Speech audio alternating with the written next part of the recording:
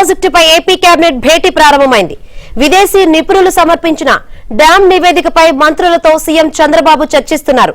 Diaphragm wall దెబ్బతిన్నదని నిపుణుల committee ఇచ్చిన నివేదిక ఆధారంగా ప్రాజెక్టు నిర్మాణంపై ఆయన నిర్ణయం తీసుకోనున్నారు.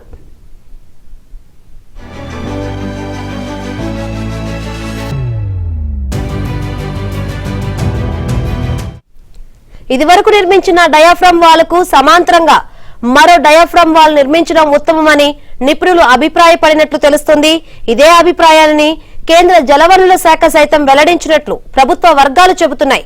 అయితే వాల్ దెబ్బతిన్న ప్రాంతంలో రింగ్ ఫెన్సింగ్ చేస్తే సరిపోతుందని కమిటీ నివేదిక ఇచ్చింది. కానీ ఆ తర్వాత అందుకు భిన్నంగా విదేశీ నిపుణుల నివేదిక వచ్చిందని చెబుతున్నారు. రైట్, ఇక పోలవరం ప్రాజెక్టుపై ఏపీ కేబినెట్ భేటీ ప్రారంభమైంది. ఈ కేబినెట్ భేటీ సంబంధించి మరిన్ని వివరాలు అందించేందుకు మా ప్రతినిధి సత్య లైవ్ ద్వారా సిద్ధంగా ఉన్నారు. సత్య, ఏంటి కేబినెట్ భేటీ సంబంధించి అప్డేట్స్? కొద్దిసేపటి క్రితం ముఖ్యమంత్రి చంద్రబాబు నేతృత్వంలో ఏపీ కేబినెట్ భేటీ అయింది. ముఖ్యంగా ఈరోజు పోలవరం అంశమే ప్రధాన ఎజెండాగా ఏపీ కేబినెట్ సమావేశం జరుగుతున్నట్టుగా చెబుతుంది. ఇదే సమయంలో గత ప్రభుత్వం చేసిన పాపాలు, ముఖ్యంగా పోలవరం విషయంలో ఉరితాడు బిగించింది గత ప్రభుత్వం అనే విషయాన్ని అందరికీ ఇప్పటికే చెప్పినటువంటి ముఖ్యమంత్రి చంద్రబాబు, దాని విషయంలో ఏదైతే డయాఫ్రమ్ వాల్ని పూర్తి స్థాయిలో పునర్నిర్మించాలి అని విదేశీ నిపుణులు ఇచ్చిన నివేదికను మంత్రులతో చర్చిస్తున్న పరిస్థితి అయితే ఉంది. ముఖ్యంగా దానికి ఒక రింగ్ ఫెన్సింగ్ ఏర్పాటు చేస్తే సరిపోతుందని గతంలో నివేదిక ఉన్నప్పటికీ కూడా అది సరిపోదు అని విదేశీ కెనడా నుంచి అదేవిధంగా అమెరికా నుంచి వచ్చినటువంటి నిపుణులు ఎవరైతే ఉన్నారో కేంద్ర ప్రభుత్వం తీసుకొచ్చిన నిపుణులు వారు ఆ నివేదిక ఇవ్వడంతో ఆ నివేదికపై ప్రస్తుతం అయితే కేబినెట్లో చర్చ అయితే కొనసాగుతోంది. కాబట్టి ఈ అంశానికి సంబంధించి ముఖ్యంగా డయాఫ్రమ్ వాల్ని ప్యారలల్ గా ఇంకొక దాన్ని నిర్మించాలి అనే ఒక నిర్ణయం అయితే ప్రాథమికంగా వచ్చినట్టుగా తెలుస్తోంది. దీనికి కేబినెట్ ఆమోద ముద్ర తీసుకుని రేపు సాయంత్రం ఢిల్లీ వెళ్లనున్నారు ముఖ్యమంత్రి చంద్రబాబు. అక్కడ ఎల్లుండి నీతి ఆయోగ్ సమావేశంలో ఆయన పార్టిసిపేట్ చేసిన సందర్భంగా ఈ అంశాన్ని నీతి ఆయోగ్ సమావేశంలో కూడా ప్రస్తావించాలని నిర్ణయించిన పరిస్థితి అయితే ఉంది. బడ్జెట్లో ఏపీకి ప్రాధాన్యం ఇవ్వడం పైన బాగా భారీ ఎత్తున ప్రాధాన్యం ఇవ్వడం, ముఖ్యంగా అమరావతికి 15,000 కోట్లు వివిధ సంస్థల నుంచి ఇప్పిస్తామని కూడా కేంద్రం చెప్పడంతో పాటు మరింత సాయాన్ని కొనసాగిస్తామని కూడా బడ్జెట్లో పేర్కొనడం, పోలవరంని పూర్తయ్యే వరకు తాము అండగా ఉంటామని చెప్పడం, ఈ అంశాలు చాలా స్వాంతనిచ్చేలాగా ఉన్నాయి రాష్ట్ర ప్రభుత్వం ప్రస్తుతం ఉన్న పరిస్థితుల్లో.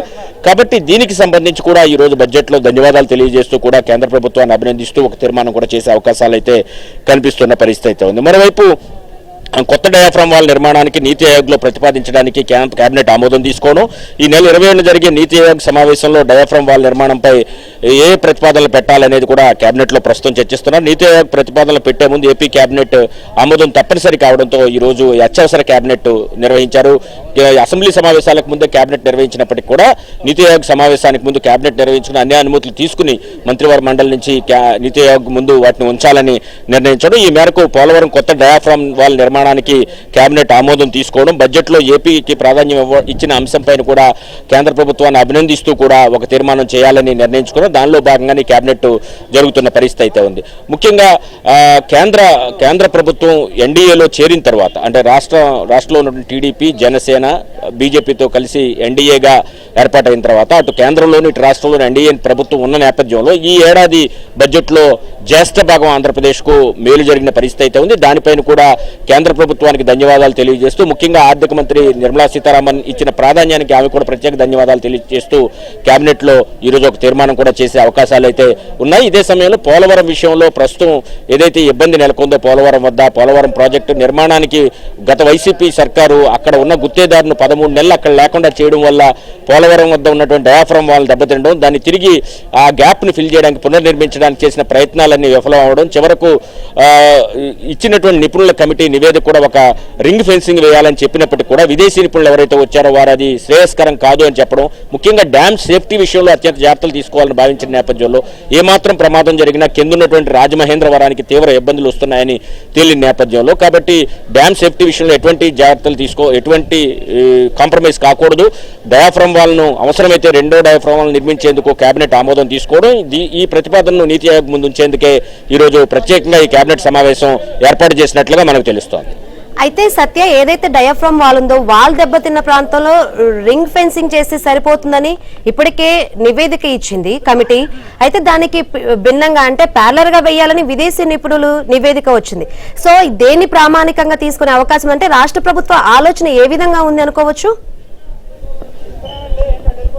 ఇప్పటికే వివిధ ఐఐటి సంస్థల్లో పనిచేస్తున్న నిపుణులతో అనేక మార్లు పోలవరం వద్ద ఉన్నటువంటి డయాఫ్రామ్ వద్ద వాళ్ళ వద్ద కింద ఉన్నటువంటి ఇసుక వెళ్ళిపోయిన నేపథ్యంలో న్యాచురల్ బాండింగ్ అక్కడ ఉన్నటువంటి ఇసుక మట్టిలో ఉంటుంది. అటువంటి బాండింగ్ లేని పక్షంలో భారీ ఎత్తున గుంత పడిపోయింది.